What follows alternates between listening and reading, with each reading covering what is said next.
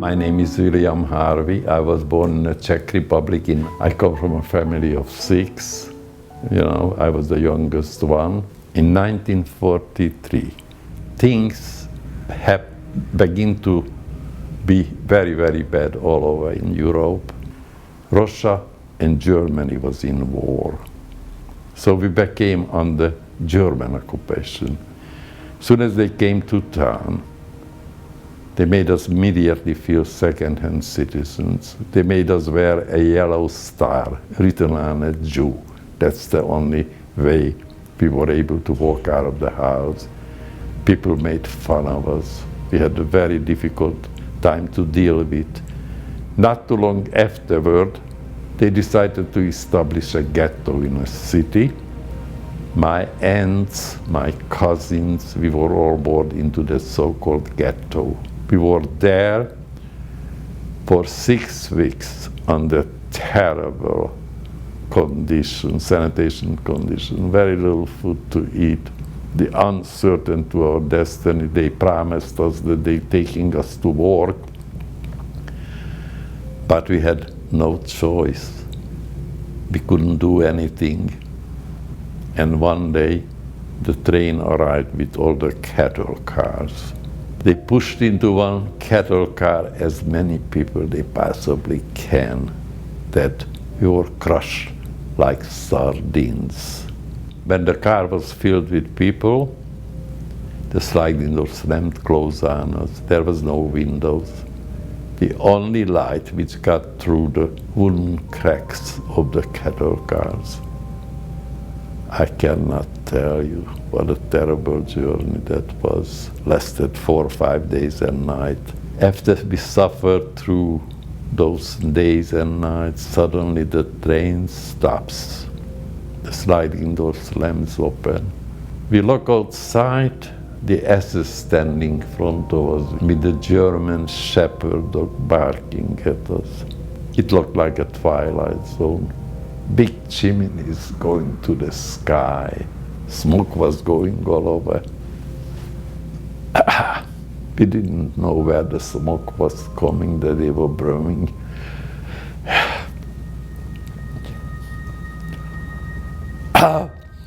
Excuse me. They were burning human beings.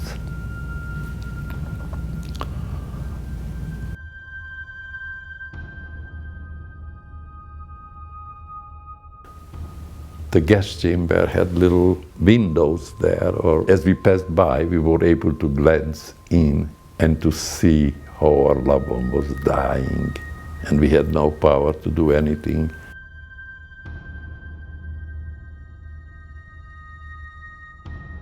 Being there the 12 days in Auschwitz, if they needed people to work that day, you survived. If they didn't need people to work that day, you go to the gas chamber and to the crematorium, because they wouldn't feed anybody who wasn't used to them. I was in a railroad station unloading railroad tracks. I fell down and a piece of iron fell on my right foot and broke 3 places.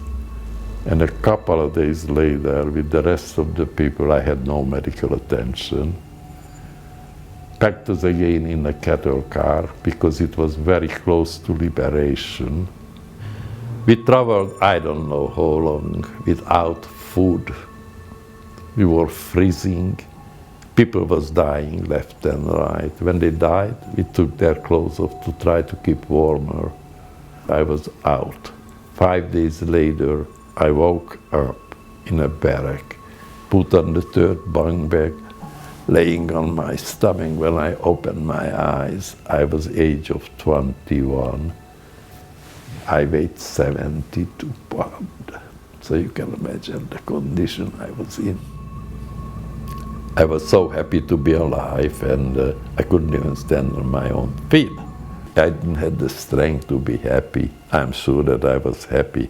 Suddenly, I looked down, in front of me standing, completely naked, bare feet, about give and take 20, maybe 22 people. They didn't look like human beings. They look like skeleton except some skin on them, and pieces of flesh was missing, bite of flesh all over on their body. They were black and blue. They don't. How they walked into their room is beyond my comprehension. That was the worst I've seen. So as you can see, that I went through awful lot in my life. I came here the 3rd of March, 1950. By September 1950, I had my high school diploma, I had my cosmetology license, I got a job. I worked on a job for 2.5 years. By 1953, I opened my own business, 216 South Robertson Boulevard, called the Continental House of Beauty. When I opened my door, I didn't have to wait for clientele. They have to wait for me to cancellation. I was that busy. I am still in business. Age of 77, I built a shopping center, which I still own, on Sepulveda Boulevard. And I left the business when I was age of 56. I said, I'm gonna leave all the gorgeous women before they leave me, because you get old in that business. But I worked ever since, and I'm still working. And here I am, age of 91. I made a tremendous success in life, as I said, because I didn't look back and I blamed anybody. Practically a century passed, and it's very painful to see that the world haven't changed. You know, a great philosopher once, a quotation, said that the greatest accomplishment a human being can accomplish if you learn to accept your fellow man, and that's the hardest.